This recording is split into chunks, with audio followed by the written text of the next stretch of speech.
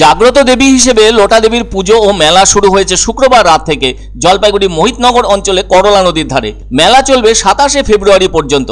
ধীরে ধীরে প্লাটিনাম জয়ন্তী বর্ষের দিকে যাচ্ছে ঐতিহ্যবাহী লোটা দেবীর পুজো।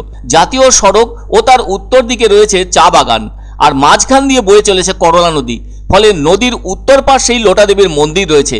সে কারণে পুজোর দিনগুলিতে মানুষজন যাতে মন্দিরে পুজো দিতে আসতে পারেন এবং এই পুজোকে কেন্দ্র করে আয়োজিত মেলা উপভোগ করতে পারেন, সেজন্য ওই করলা নদীর ওপর অস্থায়ী বাঁশের সাঁকো বানানো হয়েছে। এই অস্থায়ী বাঁশের সাঁকো প্রত্যেক বছরই বানানো হয়ে থাকে, আর প্রচুর মানুষ লোটা দেবীর পুজো স্থানে এসে থাকেন।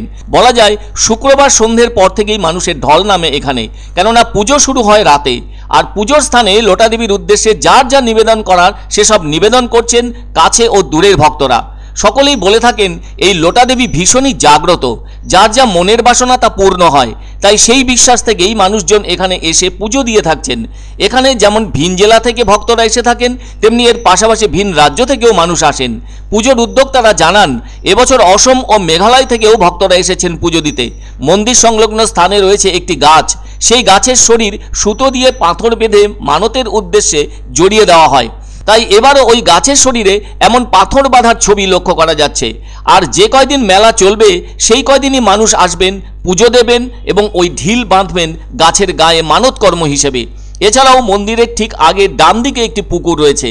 ওই পুকুরটিকে কেন্দ্র করে রয়েছে লোটা দেবীর আগমনের কাহিনী। কথিত আছে একসময় ওই অঞ্চলের গরিব মানুষদের বিভিন্ন সামাজিক অনুষ্ঠানের জন্য এই কালী মন্দিরে এসে মিনতি করলে মা লোটা দেবী সেটা পূরণ করতেন, আর ওই সব জিনিস মিলত এই পুকুর থেকে। এমনটা ছিল অবাক করা ঘটনা। বিশেষত বাসনপত্র মিলত। কাজ হয়ে গেলে ওই সব বাসনপত্র আবার পুকুরের জলে রেখে দিয়ে যেতেন গরিব মানুষেরা। যেহেতু বাসনপত্র অর্থাৎ লোটা মিলত, সেহেতু ওই কালীমাতার নাম লোটা দেবী হয়ে যায়। বিয়ের অনুষ্ঠান হলে সেই সব লোটা মিলত। আসলে এখনকার দিনে তো ডেকোরেটর আছে বা অন্যান্য ব্যবস্থা আছে বিয়ের অনুষ্ঠানের জন্য প্রয়োজনীয় বাসনপত্র জোগাড় করার, কিন্তু তখনকার দিনের জন্য সেসব পাওয়া যেত না ওই সব অঞ্চলে। একটা বিরাট সমস্যা থাকতো ওখানকার মানুষদের। সেই সমস্যার জন্য সহজ সমাধান হয়ে যেত লোটা দেবীর শরণাপন্ন হলে। আর তাই সেই বিশ্বাসের সূত্র ধরে আজও হয়ে আসছে লোটা দেবীর পুজো। যারা জানেন এবং এখানে এসে থাকেন তারা বছরের অন্য সময় ওখান দিয়ে যাওয়া আসা পথে লোটা দেবীর উদ্দেশ্যে প্রণামও জানিয়ে থাকেন। তবে ইতিহাসের সাক্ষ্য বহন করে চলে আসা ঐতিহ্যবাহী মা লোটা দেবীর পুজো আজও একইভাবে অনুষ্ঠিত হয়ে আসছে করলা নদীর ধারে চা বাগান অধ্যুষিত স্থানে।